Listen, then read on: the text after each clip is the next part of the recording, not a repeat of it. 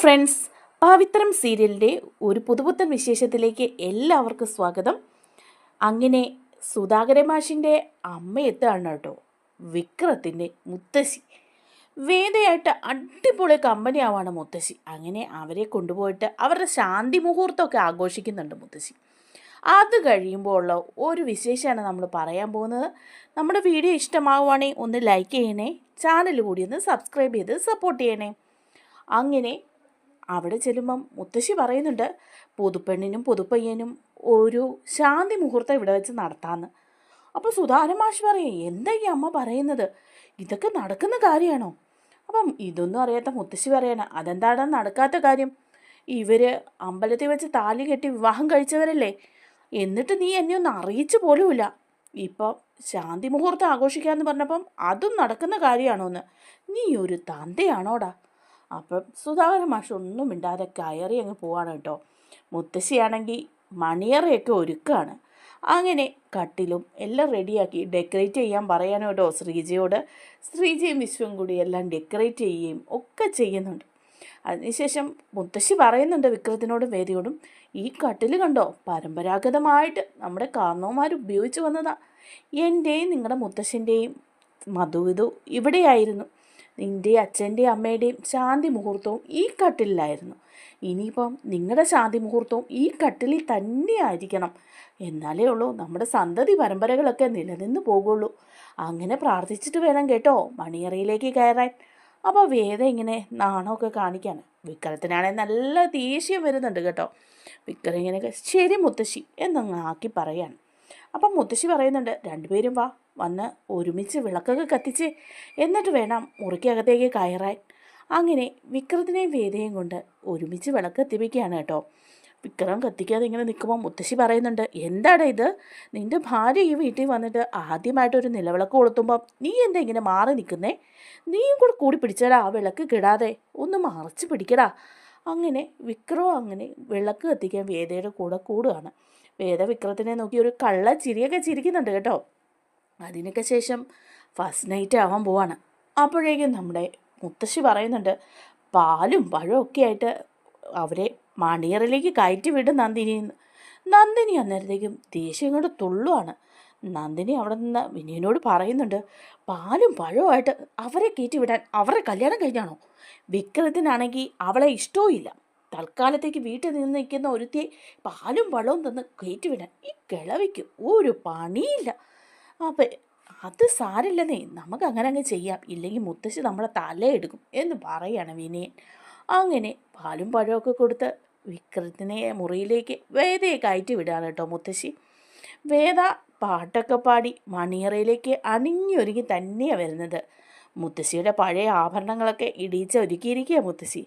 ഇത് കാണുമ്പം വിക്രം പറയുന്നുണ്ട്, എന്താണ് ഇത്, എന്ത് കോലമായത്, ഇത് എന്തൊരു വേഷമായത്, നീ എന്താ ഈ കൊണ്ടുവന്നിരിക്കുന്നത്, പാലും പഴവും ഒക്കെയോ, വേറെ പണിയൊന്നുമില്ലേ നിനക്ക്, ഇതെങ്ങനെ ഈ വേഷം കെട്ടി നീ?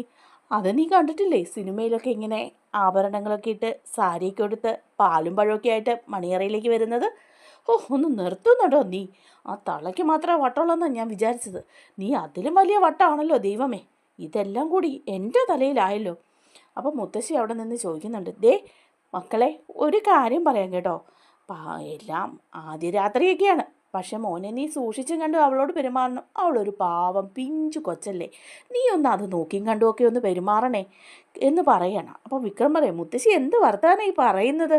മുത്തശ്ശി പറയാം, എന്താടാ ഞാൻ പറഞ്ഞതിന് കുഴപ്പം? മോളെ വേദേ, ഇവനെന്തെങ്കിലും പ്രശ്നം ഉണ്ടാക്കിയത് മുത്തശ്ശി വാതുക്കെ തന്നെ കിടപ്പെടും കേട്ടോ, എന്നെ വിളിച്ചാൽ മതി, അപ്പം തന്നെ ഞാൻ വരും എന്ന് പറഞ്ഞിട്ട് മുത്തശ്ശി റൂമിൻ്റെ വെളിയിൽ തന്നെ കിടക്കുകയാണ് കേട്ടോ. വിക്രം വേദയും കൂടെ മുറി കയറി വാലടിക്കുകയാണ്. വിക്രം അവിടെ നിന്ന് ദേഷ്യപ്പെട്ടിങ്ങനെ നിൽക്കുമ്പം വേദ കട്ടിലിൽ കയറി കിടക്കുകയാണ്. എന്നിട്ട് പറയണം, ഹോ, എത്ര ദിവസം കൂടിയാണ് ഒന്ന് കട്ടിലിൽ കിടക്കുന്നത്, ഇത്രയും ദിവസം തറയിൽ കിടന്ന് ഞാൻ മടുത്തു, ഇന്ന് കട്ടിലിൽ കിടക്കുന്നതിൻ്റെ ഒരു ഭയങ്കര സന്തോഷമുണ്ട്. അപ്പോൾ വിക്രം ചാടിത്തൊള്ളി വന്നിട്ട് പറയാണ്, നിനക്ക് ഭയങ്കര സന്തോഷം, എനിക്കാണെങ്കിൽ നല്ല ദേഷ്യം വന്നിട്ടുമല്ല, ഇറങ്ങടി കട്ടിലിൽ നിന്ന് താഴെ, ഞാൻ കട്ടിലിൽ കിടക്കും, എന്നത്തെ പോലെ നീ അങ്ങ് തറയിൽ കിടന്നാൽ മതി.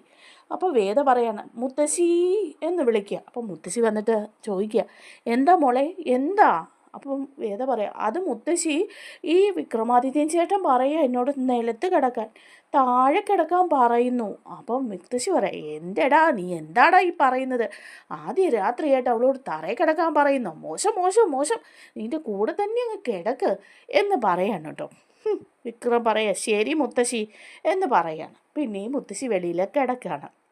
അത് കഴിയുമ്പം വേദ വീണ്ടും കട്ടിലിങ്ങനെ ഇരിക്കുമ്പം വിക്രം വന്നിട്ട് പറയാം, നീ താഴെ കിടക്കില്ലല്ലേ, കട്ടിൽ തന്നെ കിടക്കുള്ളൂ അല്ലേ, എന്നാ ഇപ്പം ഞാൻ കാണിച്ചു തരാം എന്നും പറഞ്ഞ് കട്ടിലിൻ്റെ അടുത്തേക്ക് വന്നിരിക്കുകയാണ് കേട്ടോ. അപ്പോൾ വേദ പറയുന്നുണ്ട്, ശരി ഇന്നത്തേക്ക് ഞാൻ ക്ഷമിച്ചേക്കാം, എനിക്ക് ഈ ബെഡ്ഷീറ്റും ഈ തലയണയൊക്കെ മതി, ഞാൻ തറയിൽ വിരിച്ച് കിടന്നോളാവേ എന്ന് പറയാം. അങ്ങനെ വേദ തറയിൽ വിരിച്ചും വിക്രം കട്ടിലും കിടന്ന് ഉറങ്ങുകയാണ് കേട്ടോ. അങ്ങനെ നേരം വിളക്കാണ്. നേരം വിളത്ത് കഴിയുമ്പോഴേക്കും വിക്രം ഉണരുന്നതിന് മുമ്പ് തന്നെ വേദയുണർന്ന റൂമിൽ കൂടെ അങ്ങോട്ടും ഇങ്ങോട്ടും നടക്കുക. അത് കഴിഞ്ഞ് അവിടെ വെച്ചിരിക്കുന്ന ആപ്പിൾ എടുത്ത് കടിച്ച് മുറിച്ചിങ്ങനെ തിന്നുക. അപ്പോഴാണ് വിക്രം കണ്ണ് തുറന്ന് നോക്കുന്നത്. കണ്ണ് തുറന്ന് നോക്കുമ്പോൾ വേദ നിന്ന് ആപ്പിൾ തിന്നുവാണേ. അപ്പോൾ വിക്രം ചോദിക്കുന്നുണ്ട്, നീ രാവിലെ ആപ്പിൾ തിന്നുകൊണ്ടിരിക്കുകയാണോ? പിന്നല്ലാതെ ഞാനെന്ത് ചെയ്യണം? ഞാൻ കുറേ നേരമായി ഉണർന്നിട്ട്. ഇയാൾ ഉണരാത്തത് കാരണം ഉണരാൻ വേണ്ടി ഞാൻ നോക്കി നിൽക്കുമായിരുന്നു. മുത്തശ്ശിയില്ലെങ്കിൽ വല്ലതൊക്കെ ചോദിക്കില്ലേ, അതുകൊണ്ട് വാതിൽ തുറക്കാതെ ഇവിടെ നിൽക്കുകയായിരുന്നു. ഹോ എൻ്റെ ദൈവമേ, എന്നാ ചെയ്യാനാ? ഇനിയിപ്പോൾ എന്ത് ചെയ്യാനാ? ഇയാൾ എണീക്ക്, നമുക്ക് റൂമിൻ്റെ വെളിയിൽ ഇറങ്ങാം. അപ്പം വേദ ഒരു പഴം കൂടി എടുത്ത് തിന്നുക കേട്ടോ, കൂളായിട്ട്. അപ്പോൾ വിക്രം പറയുന്നുണ്ട്, വെളിയിലോട്ട് ഇറങ്ങി ചെല്ലുമ്പം അവരെന്തെങ്കിലും ചോദിക്കില്ലേ? ചോദിച്ചാൽ എന്താ? ചോദിക്കും, ഈ മുത്തശ്ശി ഇവിടെ എന്തെങ്കിലും നടന്നോ, ആദ്യ രാത്രി നടന്നോ എന്നൊക്കെ നിന്നോട് ചോദിച്ചാൽ നടന്നില്ല എന്ന് ഞാൻ പറയും. അപ്പോൾ വിക്രം പറയാണ്, എടീ നാശമേ അങ്ങനെ പറയരുത്, അവർ പിന്നെ അത് ലോകം മുഴുവൻ പറഞ്ഞു നടക്കും. അമ്മയെ അറിഞ്ഞാൽ കുഴപ്പമില്ല, അമ്മയെ ഞാൻ ഒരുപാട് സ്നേഹിക്കുന്നുണ്ട്, അമ്മയെ അറിഞ്ഞാൽ എനിക്ക് ഒരു കുഴപ്പമില്ല, പക്ഷെ അതുപോലെയല്ല മുത്തശ്ശി.